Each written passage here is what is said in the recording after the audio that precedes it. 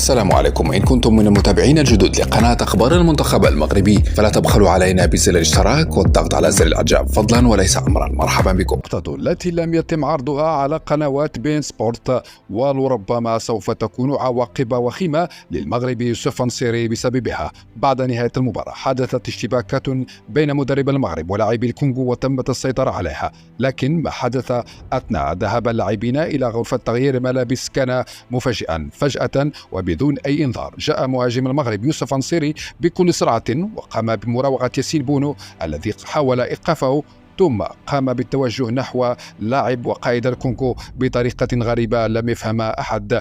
ياسين بونو وقف في وجه نصيري، حاول بكل قوة منعه من الذهاب نحو لاعب الكونغو، لكن نصيري فعل ما لم يتوقعه أحد على الإطلاق. الجميع وقف في حالة من الرعب والصدمة ولا يفهم ما حدث في هذه اللقطة العجيبة، ولماذا قام نصيري بهذا التصرف الغريب والعجيب الذي صدم الجميع.